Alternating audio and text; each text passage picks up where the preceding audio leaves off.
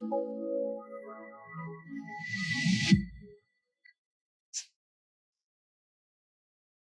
fundamental piece of our humanities tapestry are institutions, especially educational institutions.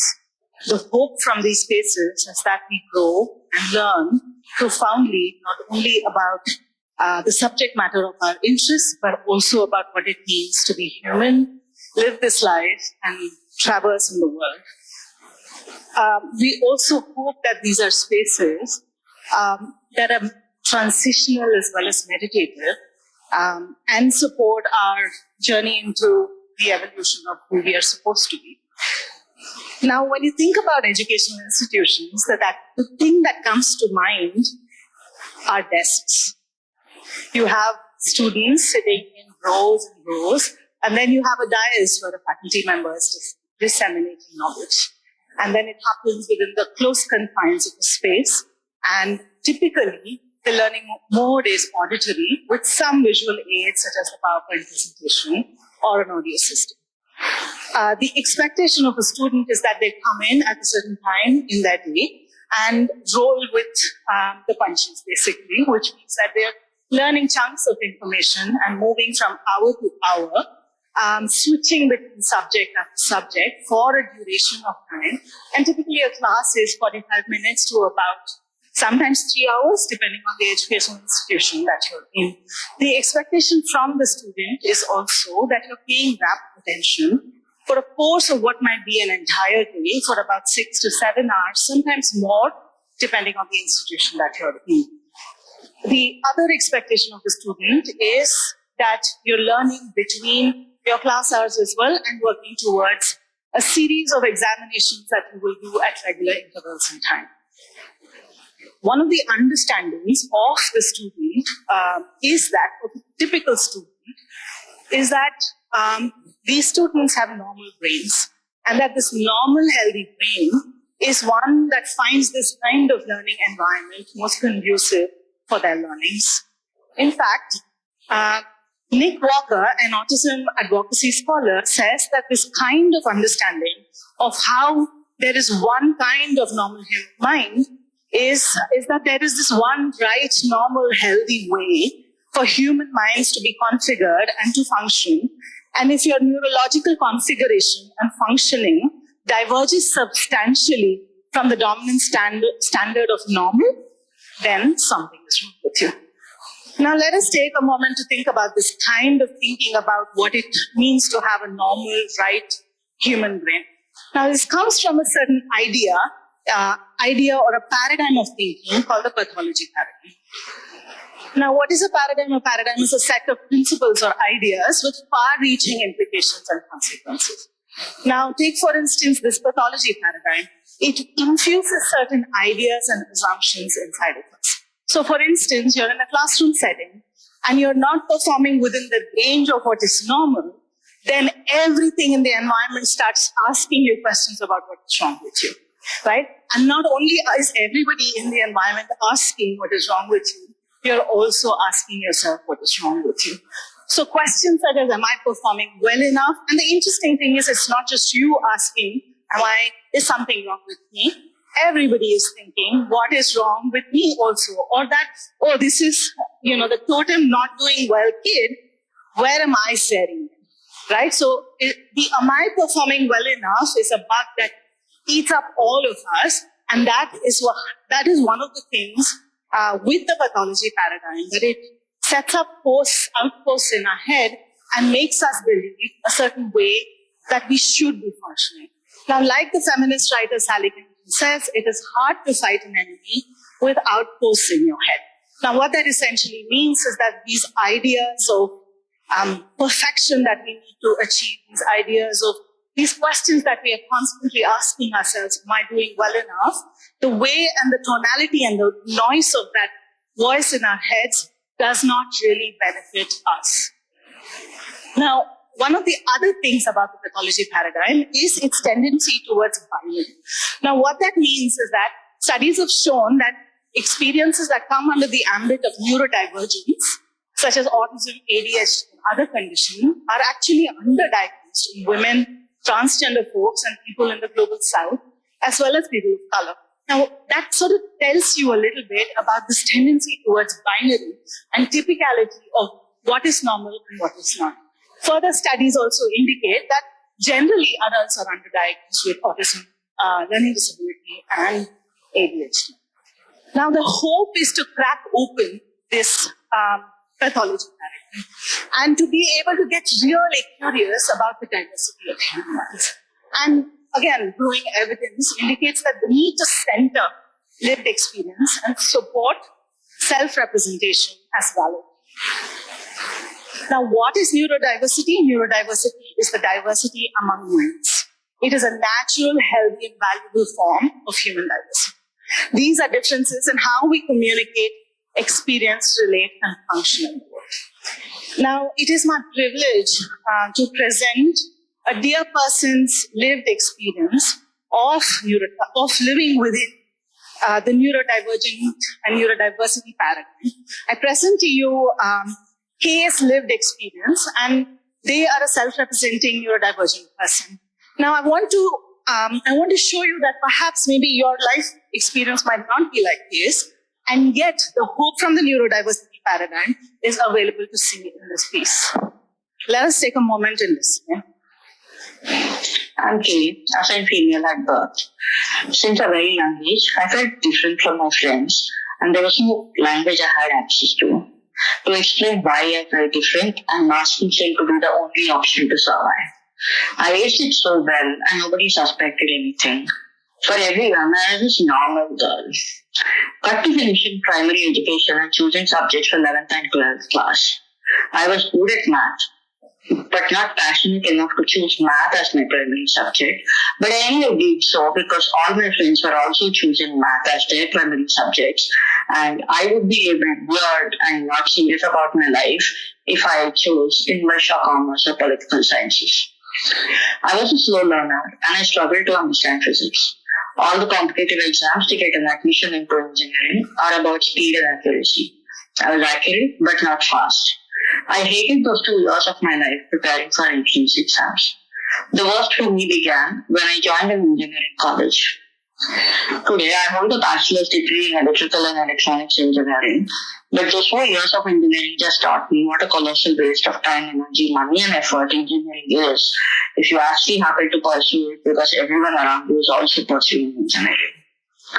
I never really understood what was being taught in the college and the textbooks. When I had access to the internet and Googled some of the concepts being taught in the class, I was fascinated by what the internet had to offer. Tons of YouTube videos, mostly by professors in the West, explaining the real-time applications of what my books were saying, really made me immerse, and I was just into reading from the internet and watching experiments and making notes from them.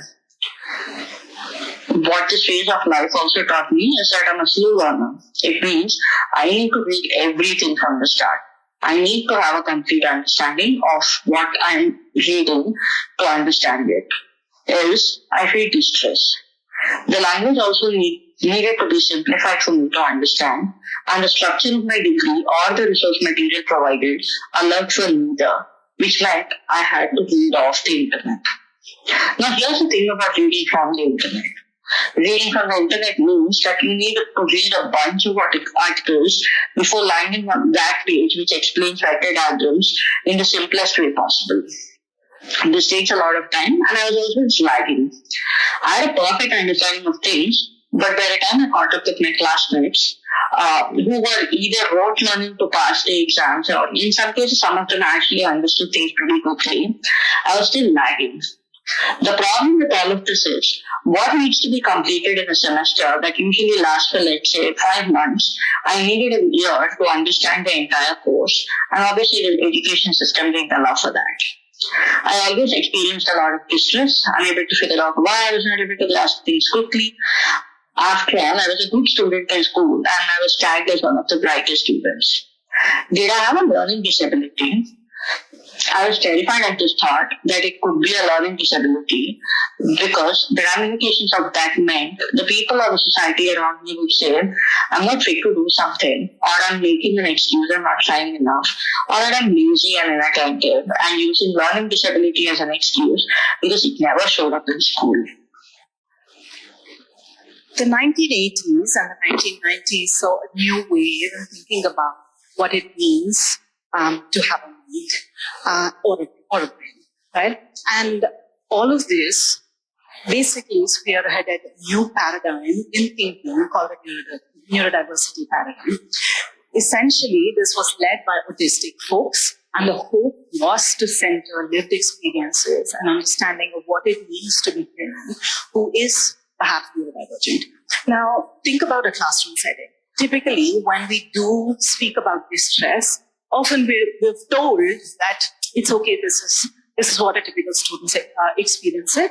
All you need to do is trudge along and work towards completion.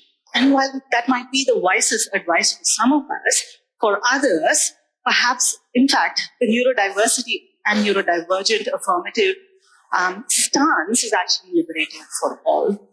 My hope, I wanted to say that, if you were to think about what it means and what are the hopes from the neurodivergent affirmative stance, which is, now what is the neurodivergent affirmative stance? It is a stance where you center historical inequities meted out for the neurodivergent people and center their lived experience and hold space for understanding the nuance of neurodivergence within a neurodiverse world. Some of the questions, I'm an educator, I'm also a mental health professional and a supervisor for undergrad as well as master's students as well as new professionals within my field. And some of the questions I'm constantly asking myself, about what it means to have a neurodivergent affirmative space. Here are some. How do people learn? Now, these are questions I'm asking myself. I'm also sitting with the cohort that is present with me to ask with them and find out and discover answers. How do people learn? How do they need to stand? Do they need to stand and walk around as they listen? Do they need to doodle or stretch their legs out as they work? What classroom design works for a student body? How must lights be, and what stimulation is too much or just enough for a group present? How does the faculty experience the space? What would work for the faculty and the collective student body to listen, engage, and assimilate? How do we build communication channels between one another and the faculty body? What is the value of assessments? How do we honor the interspace nervous system of the student body? And what are the dynamics of engagement that feel co-generative, co-creative for all? Now, these are not the right questions. Remember, we are trying to move away from that way of thinking. These are questions that work for me at this given point. And my hope is to continue to stay curious. Now, let's look at the rest of Kay's story. Today, when I reflect on everything that I experienced during my undergrad life, I would share an understanding of what was. I did not have a learning disability, nor was I a slow learner. I just learned differently. My needs were different. My brain was wired to function a certain way, and the institutions that I was a part of never factored my needs while designing the course structure. I'm more of a visual and kinesthetic learner, and would understand and learn if I saw, touched, felt different concepts that were in these engineering textbooks. Sometimes I wonder why I understand angle of banking, which was taught in school so well, but never understood phasers. Fortunately, my school teachers would demonstrate the concepts and its applications in real life with examples. I wish that was the case of engineering too. More than that, I actually wish someone would have told me that neurodiversity is real and that everyone's brain is not the same. I've been told for almost 28 years of my life, everyone has the same 24 hours and everyone is gifted with the same brain. It's all about how you effectively use them and efficiently use them. Today, as I embrace my neurodivergence, I can say this is rubbish. I'm oppressive to think everyone is gifted with the same 24 hours and same brain. Different factors can contribute to a problem, and it's unfair and unhelpful to dismiss someone's feelings by giving them general advice and calling it motivation. Understanding neurodiversity and my own neurodivergence has been liberating, to say the least. I don't see myself as a problem anymore when I don't get around to finishing things in a timely manner as others. Instead, I'm exploring my neurodivergence and ways to navigate it in a way that does not feel like a burden to myself or others in a relational setting.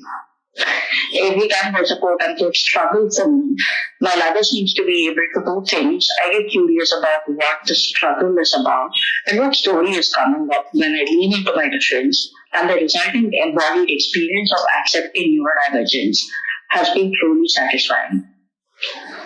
My journey has just begun, and I have a long way to go. I'm realizing neurodiversity is not a linear trajectory, and there's a lot of intersection at play. Regardless of what my career choice or lifestyle choices are, even if I've chosen them purely based on my interest and passion, there's still neurodivergence present, which will show up, and I hope to understand and embrace the complexity that is the human mind and not problematize myself as, why am I different? When will I ever feel fixed? Reading about neurodivergence and having a safe space to have conversations with a community of like-minded people also helped me comprehend neurodivergence in a very non-medicalized, pathologized fashion. And what stands out to me is that neurodivergent self-advocacy is as valid as any other diagnosis. Again, the autistic advocacy scholar Nick Walker says that there is no normal or right style of human mind any more than there is one normal or right ethnicity, gender, or culture. My hope as a mental health practitioner in the work that I do with people, either in community settings, within collectives, or individually with people, is to sit with what is showing up in our bodies, minds, and culture, and how that makes the experience of who we are. And sometimes this might look like somebody coming in and saying that they experience social anxiety. And perhaps I want to sit with the pain of what that means to be having social anxiety, and I want to know what else is showing up. Perhaps that, there is just overstimulation or hyperstimulation for the person when they're sitting in big and huge public gatherings. Perhaps there is something more. Is there, and another example of, how I might sit in this space with people is if someone comes in and says they are depressed, I want to be able to hear that pain of depression, and I want to know what else is showing up. Perhaps it is the body's way of protesting the injustices done upon them in the current time that they're in. Whatever the reason, my hope is to stay curious. Curiosity about what is showing up, and we can finally rest the mantle of shame and all the questions around what is wrong with you, what is wrong with me, and begin to hold space for each other and ourselves to make conversations open-hearted and to collectively unfold into a compassionate society. Thank you.